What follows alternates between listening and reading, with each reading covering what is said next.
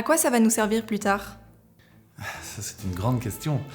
Moi, personnellement, ayant fait uniquement du latin, à part une année de grec en deuxième, je peux vous dire que ça apporte déjà une structure de pensée, une capacité d'analyse qui d'autres branches ne peuvent pas donner. Ça, c'est surtout pour les premières années où on fait plus de grammaire et de choses comme ça. Par contre, après, et c'est ça le plus intéressant selon moi, c'est tout ce qui est culture. Et c'est ce qu'on a préféré, en tout cas mon groupe à l'époque, on aimait vraiment bien ça, de voir ce que c'est la culture antique, tout ce que ça peut apporter, à quoi ça permet aussi de réfléchir par rapport à l'époque actuelle, pouvoir comparer avec des idées de grands philosophes par exemple, c'était vraiment super intéressant. Donc je pense que ça apporte vraiment ces deux pans-là, et il faut évidemment persévérer pour accéder à tout ce qui est plus intéressant niveau culture.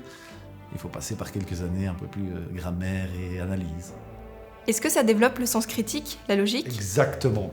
Je pense effectivement que, donc, comme c'est une langue, bon, même si ce sont des langues anciennes, le principe de traduire une langue, de déchiffrer un peu, d'essayer de trouver une solution, forcément, ça nous fait développer un sens critique important. Moi, souvent, je compare le latin ou le grec aux maths. En fait, on a une phrase qu'on doit remettre dans l'ordre pour trouver sa signification. Finalement, c'est un peu comme si on avait une inconnue et on doit refaire passer le X de l'autre côté pour essayer de trouver la réponse. Simplement, ça serait une inconnue avec un problème avec des lettres plutôt qu'avec des chiffres. Donc je pense effectivement que oui, ça développe un sens critique ultra intéressant. Est-ce qu'on y fait de la grammaire ? Alors évidemment, on passe en troisième à 4 heures, donc on a plus d'heures de cours et proportionnellement plus de grammaire, mais cette grammaire, elle est contrebalancée par beaucoup plus de culture.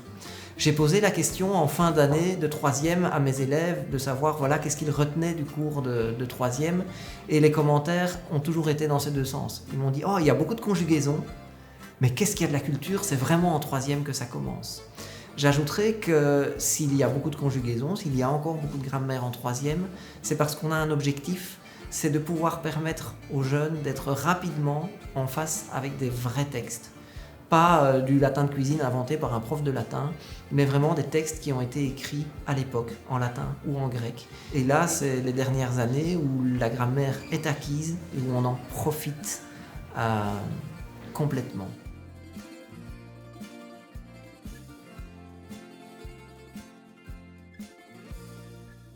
Donc, je m'appelle Alice Discerno, je suis en réto, en 6E.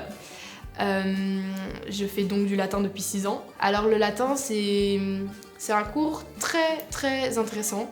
Moi par exemple, personnellement, ça m'a énormément aidé pour écrire un texte en français. Donc, tous les auteurs romains qu'on voit en fait, surtout en 5-6, donc 5-6, c'est mes années préférées en tout cas pour le moment, c'est là où j'ai vu les cours les plus intéressants et les plus chouettes. Bonjour, je m'appelle Sarah, du coup j'ai fait du grec de la 2e jusqu'à la 4e. C'est un cours que j'ai beaucoup aimé. En 2e, c'est vraiment plus axé sur la mythologie et tout ça. On voit l'alphabet, on fait vraiment la grammaire basique. Et voilà, je me souviens qu'à partir de la 3e, on fait vraiment de la vraie grammaire.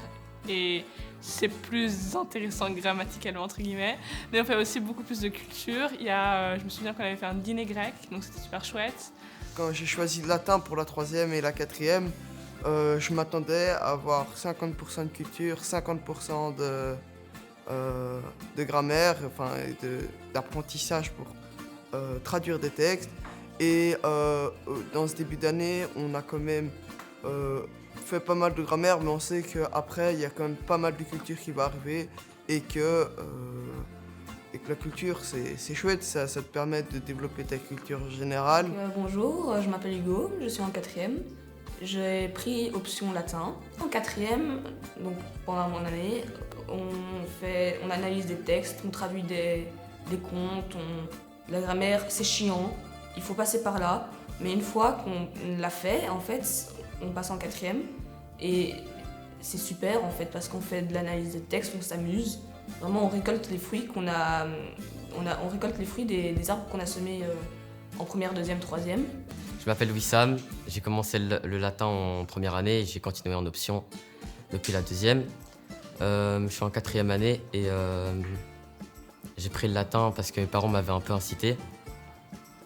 C'est chose qui était une belle raison, que j'ai bien fait de suivre, puisque j'ai bien aimé cette option. Je trouve que ça instruit beaucoup et aide au quotidien.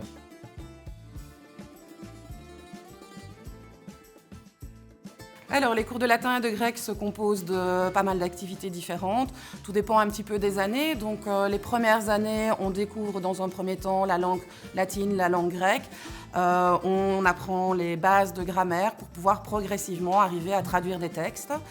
Et puis, une fois que l'élève maîtrise bien la grammaire, on axe le cours sur la traduction de textes, la découverte de différents auteurs, de différentes thématiques. Ça, c'est pour le côté plus linguistique. À côté de ça, on essaye aussi de rendre les cours de latin et de grec un petit peu plus vivants par différents types d'activités qui se passent soit en classe, soit à l'extérieur. Donc, si je prends quelques exemples, en 3e, en latin et en grec, on propose 3 journées pour découvrir les options. Donc, on va fouiller un site archéologique, on va découvrir la peinture et la mythologie dans la peinture. Faire un petit atelier ludique aussi avec la découverte des jeux romains, tester les différents jeux comme à l'époque. On essaye aussi parfois avec les élèves d'organiser un repas romain pour leur faire découvrir la nourriture. En grec, on a tous les 2 ans une journée grecque où les élèves vont dans différents ateliers pour découvrir par exemple comment les Grecs se maquillaient, comment ils fabriquaient la mosaïque, et ça leur permet aussi de pratiquer concrètement. Donc ils fabriquent une mosaïque, ils font une crème de beauté, ils testent la cuisine aussi.